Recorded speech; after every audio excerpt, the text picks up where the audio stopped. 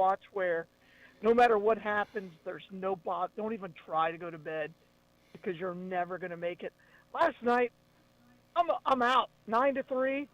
I'm done. I can go to sleep because my Red Sox are just pounding the baseball. Erod got 7 strong innings, or I'm sorry, 6 strong innings, and that was it. Lights out.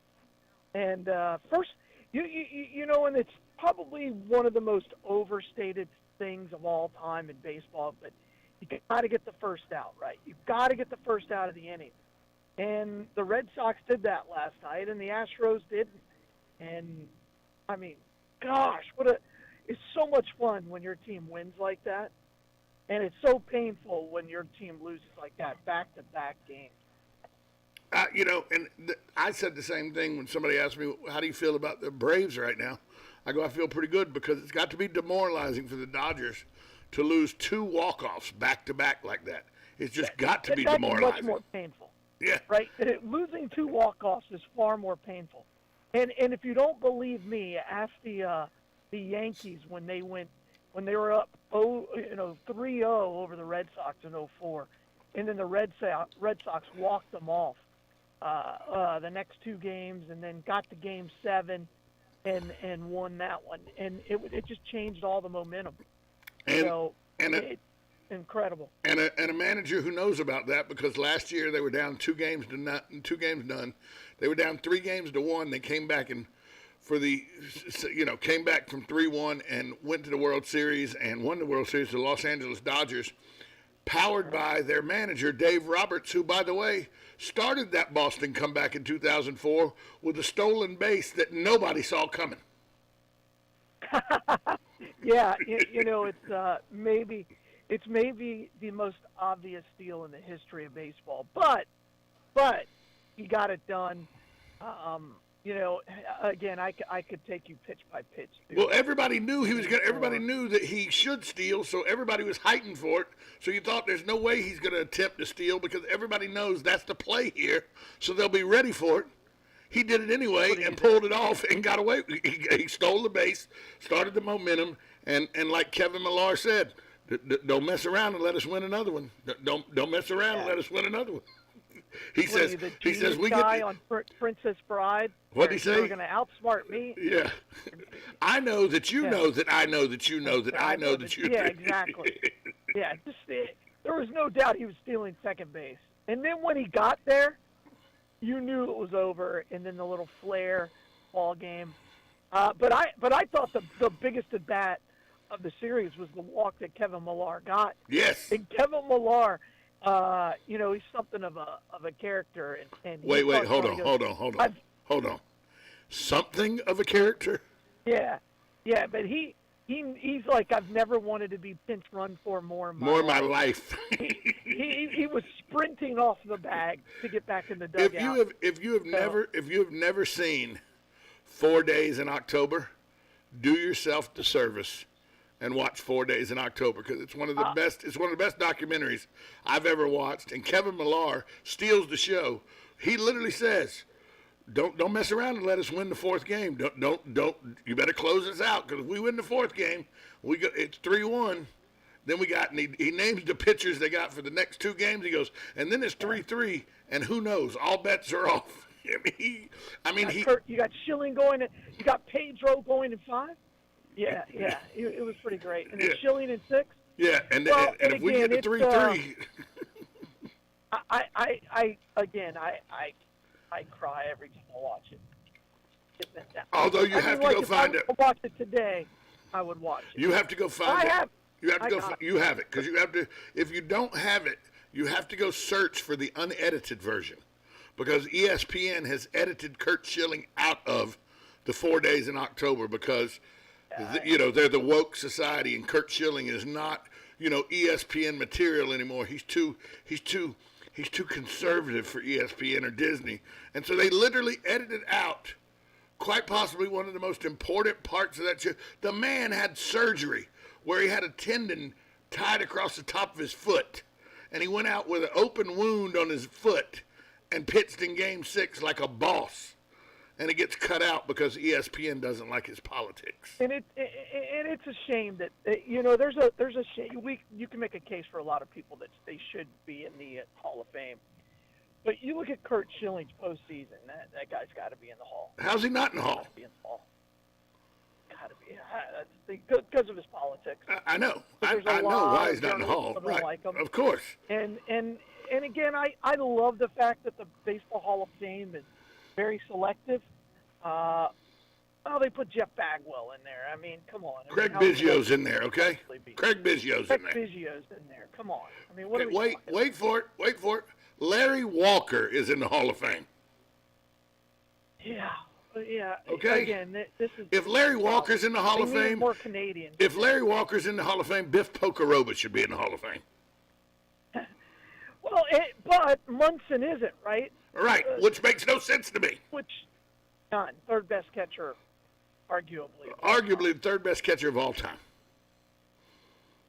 So, but yeah, if you haven't done yourself the favor of watching 4 days in October, right. It is. And by the way, I am a Red Sox fan if the Braves are not playing them. I've admitted that. Everything starts in Boston for me with baseball. And it was the dreaded Yankees that they were beating. So it is a little heartwarming for me to watch over and over. Even though I know the outcome, I get just as giddy knowing the Yankees are going to lose again. I know that. Well, and it is honestly one of those stories that you can't make up. There's nothing. Disney would never cast it, but it's just an incredible story because it carries with it the 200-year or the 86-year history of every Red Sox fan, which is arguably the greatest fan base in all of baseball, is the Boston Red Sox fans.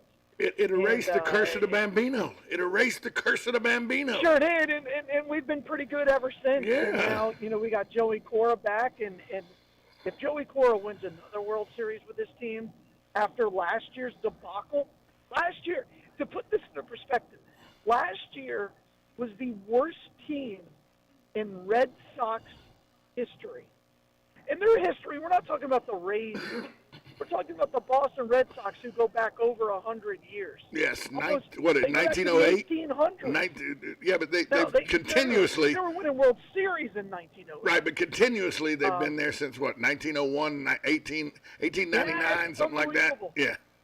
Yeah, and again, the worst franchise in the history of their a team in their franchise. Unbelievable. And now they're 2 games away from being in the World Series. Okay, great job. And this team has been a roller coaster, and they will continue to be it. This is why we watch sports. Because nothing else matters. We could talk about the tankers off the coast.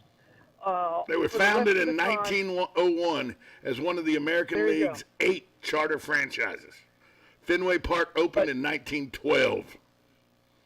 The name was chosen by John Taylor, the owner, circa 1908, following the lead of previous teams that have been known as the Boston Red Stockings, including the forerunner of the Atlanta Braves.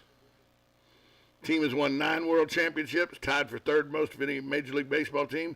They played in 13. Their most recent appearance and win was in 2018. Unbelievable. So, go Red Sox. So tonight, what do you got? Tom? I mean, I know you got trivia. Where's your focus going to be? Wait, I have trivia tonight? Tuesday. Oh, yeah, that's right. See, I've already planned what my meal was going to be so I can sit and watch the game and everything. Because the game comes on at 10 o'clock. Or is it 9 o'clock? You got to get a nap. It's 9 o'clock. 9 o'clock. You've got to get a nap at some point. Yeah, because I'm watching the whole game. I'm up till 1. I'm up till 1. Right. So you better get a nap. I'm feeling a little peaked. You're probably up to like 1:30. I'm feeling a little peaked. I may have a fever coming on right now. Ooh, Joe Martone may have to come in tomorrow. I may be coming down with a virus or something. The truth is you get. I get fueled when I watch sports. I just, So do I. So do I I. have for a long So time. it's 2:30 before I'm asleep because I'm jazzed up. Especially if the Braves win. If the Braves lose, Correct. I'll be mad, so I could probably go to sleep by about 5. But if they win, I'll be jazzed up. I'll be asleep by 2:30. But even the next day, you look forward to talking trash to your buddy, or for your buddy talking trash to you. Look, one of my friends. To me, that's part of Right sports. before we go to break, you can't understand this, but my friend Chad, who is he's from Georgia, I'm not from Georgia, I'm from Jacksonville, close enough, but he's from Georgia originally. He's big Bulldog fan and everything, so he's loving life right now. He sends me this meme, and it's the head of Ron Washington looking up above the dugout towards the stands, and it goes, "Why you mad, L.A.?" Because enough doesn't get said about how Ron Washington threw caution to the wind to not only tie that game up, he sent a runner that ball barely was past the infield, and he sent a runner from second base that scored, and not enough credit gets given sometimes to third base coaches that just make calls like Sid Bream. Who in their right mind thought Sid Bream should be sent from second base all the way home against Barry Bonds, the best player in baseball? Yet somehow Sid Bream scored. I don't think enough credit gets given sometimes to third base coaches for some of the gambles they take. Yeah, and again, I think more importantly is when they don't send them. Right. Last night was a great example. It was a double off the wall. There was a runner at first. Verdugo is rounding third, and it would have been a 50-50 play, but you got one out. It's early in the game. No reason to get the second out of home plate. Yeah. And I'm like, that's a perfect stop. Perfect stop. It would have taken a perfect throw to get him, but let's just keep the pressure off.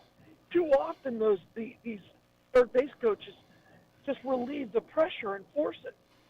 Well, No.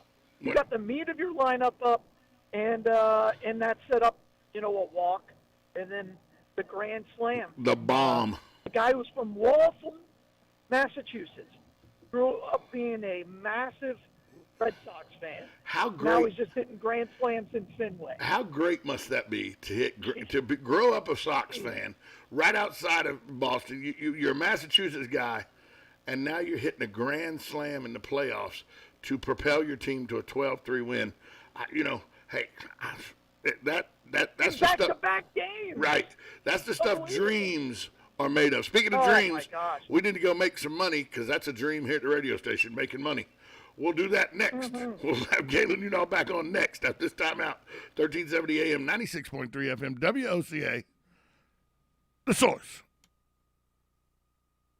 You or your loved one being released from a hospital and wondering how you'll manage? Inform your physician that you want to go to Palm Garden of Ocala at 2700 Southwest 34th Street for your rehabilitation. Palm Garden provides pain management, post-discharge follow-up, diabetic care, psychosocial support, and so much more. Plus, they even offer outpatient rehab. This award-winning care facility has a team of licensed professionals dedicated to enhancing your independence. Call 352-854-6262 today. Hi, this is JP from Penn Flooring here in Ocala. I would like to invite you to come in and visit our spacious showroom where we have solutions for every style and budget. From wall-to-wall carpet to hardwood floors and tiles, we have an unsurpassed selection of flooring. At Penn Flooring, we've provided quality customer service with a family touch for over 25 years. Visit our website at pennflooring.com or come by our showroom, 1201 Southwest 17th Street, just over the bridge. Penn Flooring, quality customer service with a family touch.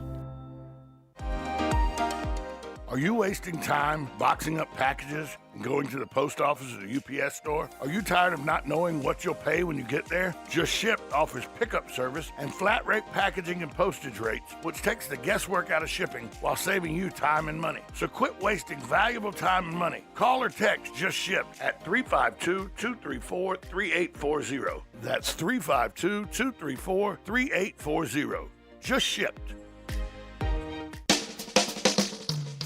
You're having another great day and you have good taste tuning into WOCA The Source with Ocala Talks and Tom Schmitz. Well, 1 out of 2 isn't bad. Well, there you have it. Joe Marzone with a 1 out of 2 problem there. This is Ocala Talks. I am your host, Tom Schmitz. Galen Unall, brought to you by Life South. He's from Life South, brought to you by Penn Flooring, just shipped, and Palm Garden Health and Rehabilitation. Galen, fans are short for fanatic. You understand that completely, correct? Yes. Yes. Fan is not a nice word. It means fanatic, and you saw the fanatics at the Tennessee game throwing stuff on the field. Well, Gator fans are, and I'm a Gator fan, but I understand our fan base are some of the most delusional people on the face of the earth. And I get this on my Facebook page, and it proves exactly what I'm talking about how delusional Gator fans are. Let me read this to you, the Florida State fan, and get your reaction. For you fans that think everything is okay and that trust the process crap, if you like mediocrity, go be a Vols fan. This is the University of Florida with 8 exclamation points. We win championships, and as fans, we should expect it and demand it. We've fallen so far into the participation trophy status, it's sickening. Go be a Vols fan if you think this is a good life. Okay, first off, Florida's only won 3 national championships, and they didn't start winning them until 1996. So it's not a school that's always won championships. It's a school that was mediocre until Steve Spurrier got here. Is that fair? Mediocre. They went the season without winning a game. They went 0-10-1 in 1980 or 1979. Yeah. So is it fair to say this guy, first off, is delusional in thinking that Florida just wins championships? I mean, as an athletic program across the board, they've won a lot of championships since Jeremy Foley's been there. But Jeremy Foley, in the grand scheme of the history of the program in Florida, he's gone. Right now he's gone. I know, but it started with Jeremy Foley when he was there winning. When swimming was winning championships, and tennis, and golf, and track and field. I know there's been and softball won some championships. I know there's been championships, but it seems to have started with Steve Spurrier's time at football and Jeremy Foley's time as athletic director.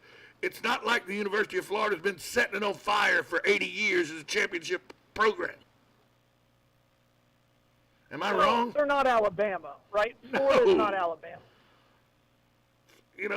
So, but again, this is I kind of find it funny. I mean, that's what you're. But the question, the true question is how committed to winning is Florida? And I think it's a legitimate question because I think they're striving really hard to be, now that they're a top 5 public school in the country, I think they're going to try to go for number 3. And that comes at a cost. And, they put more of the research dollars, or more dollars into research and things like that. That said, the reason they're a top 5 school is their dominance that they had. And it takes, 15 to 20 years to bring those high-level academic kids through the program.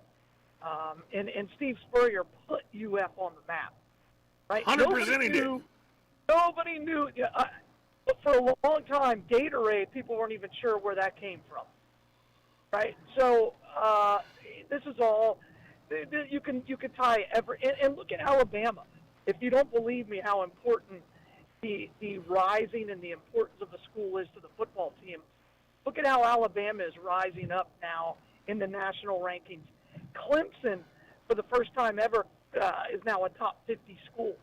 That's unheard of. It's Clemson. University of South Carolina has always been considered a better school. So it's remarkable, absolutely remarkable.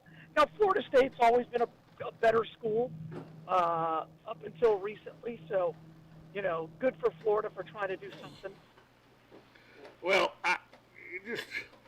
the convoluted attitude of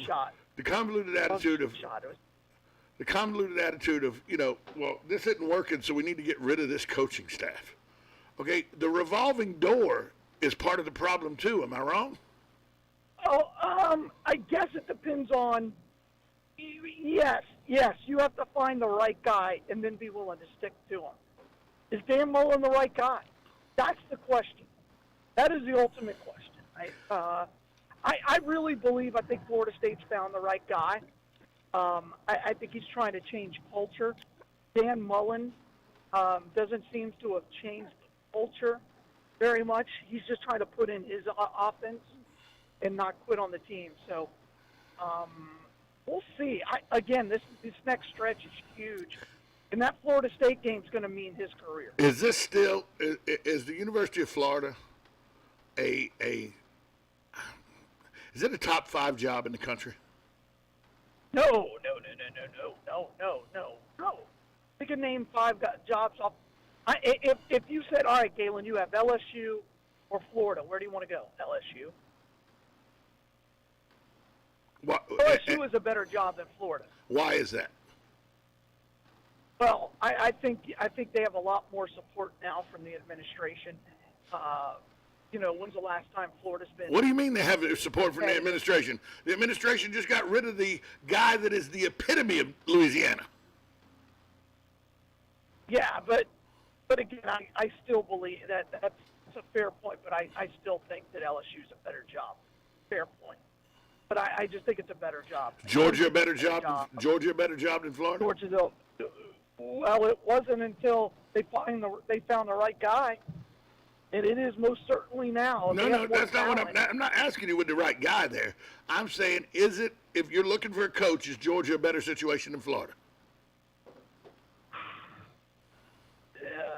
Yes, and the reason is the fan base of Georgia fans is it's unnatural. It doesn't make any sense for them to root for their team as hard as they do. I think the Alabama job is better. The Alabama job is best. The Alabama job is the best job in the country.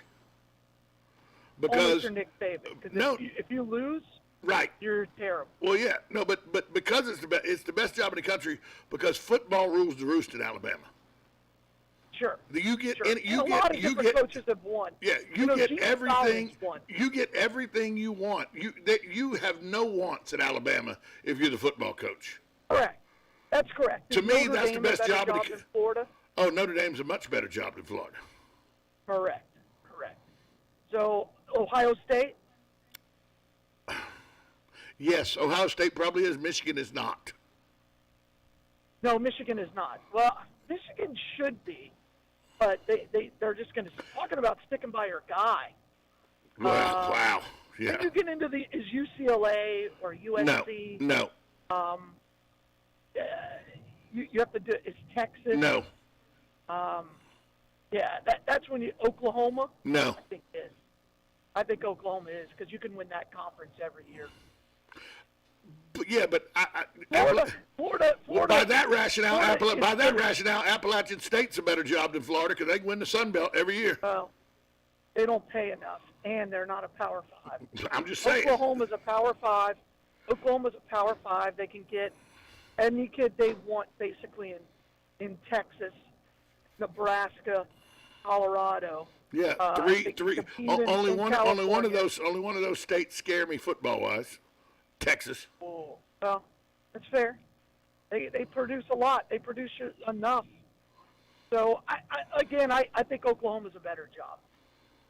Okay, so right now we got Alabama, Oklahoma, Notre Dame, Clemson. Clemson's a better job Ohio than Florida. State. Yes. Oh yes. Absolutely. I don't know about that. Absolutely. They can win the ACC every year. Yeah. Well, absolutely. Not this year. Well, not this year. Who's the best team? Who's the best team in the ACC this year? Isn't it Wake Forest right now? Question. It's a great question. Yeah, right now on paper. Again, the reason. Go in and beat Wake Forest. But here's the thing. Come on. Doesn't any school that is 1 or 2 in their division, and Florida's down this year, okay? They're not 1 or 2. Kentucky and Georgia is both better than Florida. Wait a second. Oh, wait, we got to go to the news. We got a news break. We'll be right back.